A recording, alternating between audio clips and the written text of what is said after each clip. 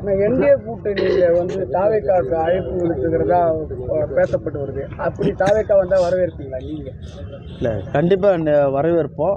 ஆனால் அது உண்மையான்றது தெரியல. ஏன்னா எல்லோரும் பேசுகிற மாதிரி அது பரவாயில்ல, ஒருத்தர் மேலே ஒருத்தர் பேசுகிறது தான். அது இவர் சொன்னார் அவர் சொன்னார்னா உண்மை நிகழ்ச்சி என்னன்னு தெரியல. அப்படி வந்தால் கண்டிப்பாக தமிழ்நாட்டில் இருக்கிற அனைத்து தொகுதிகளையும் இந்த கூட்டணி தான் வெற்றி பெறும், என்டிஏ கூட்டணி. ஆனால் உங்கள் கூட்டணியுடைய வெற்றி வாய்ப்பு எப்படி இருக்குது இந்த சட்டமன்ற தேர்தலில்? நல்லா தான் இருக்குது, பிரகாசமாக தான் இருக்குது. அதாவது தாவேக்கா வந்தாக்கா 100% வெற்றி. 100% வெற்றி பெறும்னு சொல்கிறீங்க. அப்படி சப்போஸ் தாவேக்கா வரலன்னா எவ்வளோ தொகுதிகள் சீட்டு நீங்கள் வெற்றி பெறுவீங்க? தாவேக்கா வரலனாலும் ஆட்சி அமைக்கிற அளவுக்கு கண்டிப்பாக வெற்றி பெற்றோம். தேர்தலுக்கு எப்படி பார்க்குறீங்க? தேர்தல் அறிக்கை ஒவ்வொரு அரசியல் கட்சியை கொடுக்கின்ற தேர்தல் அறிக்கை தான் அந்த தேர்தல் அறிக்கை இருக்குது. அதனால் மக்கள் தேர்தல் அறிக்கையை மட்டுமே நம்ப மாட்டாங்க, அதை மட்டுமே ஏற்றுக்கொள்ளவும் மாட்டாங்க.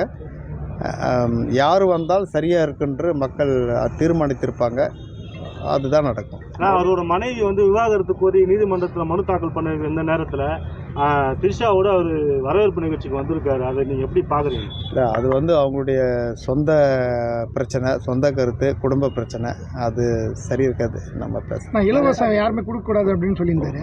இப்போ அவரே வந்து இலவசம் அறிவிச்சுக்கிறாரு. அது அந்த கேள்வி அவர் கேட்டிருந்தா நல்லா இருக்கும். நான் பொது தொகுதியில் உங்களுக்கு இடம் கொடுத்தா அதில் போட்டிடுவீங்களா? இல்லை, பொது தொகுதியை நம்ம கேட்கல, கொடுத்தாங்கன்னா கண்டிப்பாக போட்டியிடுவோம். ஆனால் லாக்அப் டெத் தொடர்ந்து நடைபெற்று வரும் தமிழகத்தில். அதை தான் கண்டனம் தெரிவிக்கிறோம். தொடர்ந்து லாக்அப் டெத் நடக்கிறது, அதுவும் சாகிறது எல்லாமே வந்து தாழ்த்தப்பட்ட மக்களாக தான் இருக்கிறாங்க. அதனால தான் நாங்கள் வந்து இந்த அரசுக்கு கண்டனம் தெரிவிச்சிருக்கிறோம். இந்த அரசு வந்து சரியான நடவடிக்கை இல்லை, சரியான ஆட்சியாளர்கள் நடத்தவில்லைன்னு தான் எங்களுக்கு தோணுது.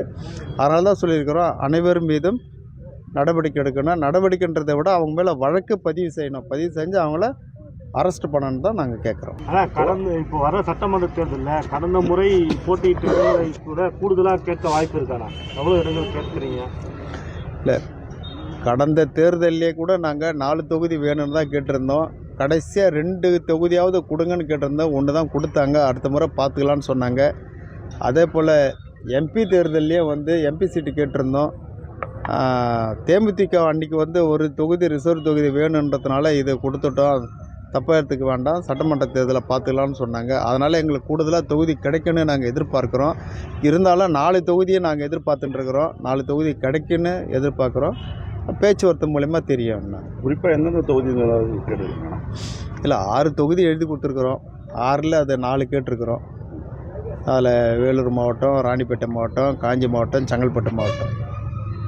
ஆனால் இப்போது நீங்கள் இந்த முறை நின்று எம்எல்ஏ அந்த தொகுதியில் அவங்க வளர்ச்சி பணிகள் எந்த அளவுக்கு முழு பெற்றிருக்குன்னு எந்த அளவுக்கு பண்ணியிருக்கீங்க? அதாவது மற்ற திட்டங்களை காட்டிலும் சட்டமன்ற உறுப்பினர் நிதியிலேருந்து வர்ற நிதியை நிறைய வேலைகள் செஞ்சுருக்கிறோம், நிறைய திட்டங்களை கொண்டு வந்திருக்கிறோம். அந்த மக்களுடைய கோரிக்கையான காலேஜ் கேட்டாங்க, காலேஜ் கொண்டு வந்திருக்கிறோம். அதுக்கப்புறம் மற்ற பிரச்சனைலாம் சின்ன சின்ன பிரச்சனை அதெல்லாம் பண்ணியிருக்கிறோம். ஒரே பிரச்சனை என்னென்னா, அவங்களுக்கு வேலைவாய்ப்பு கொடுக்குற மாதிரி ஒரு சிப்காட்டு இல்லை சிட்கோ, அதே போல் வந்து கூட்டு குடிநீர் திட்டம், இது 2 மட்டும்தான் கொண்டு வர முடியல. தொடர்ந்து சட்டமன்றத்தில் குரல் எழுப்பியிருந்தோம், கேள்வி நேரத்துலையும் கேட்டிருந்தோம், மானிய கோரிக்கையிலையும் பேசியிருந்தோம். கொடுக்குறேன்னு தான் அந்த துறை அமைச்சருங்க சொல்லியிருந்தாங்க. ஆனால் இது வரைக்கும் இல்லை.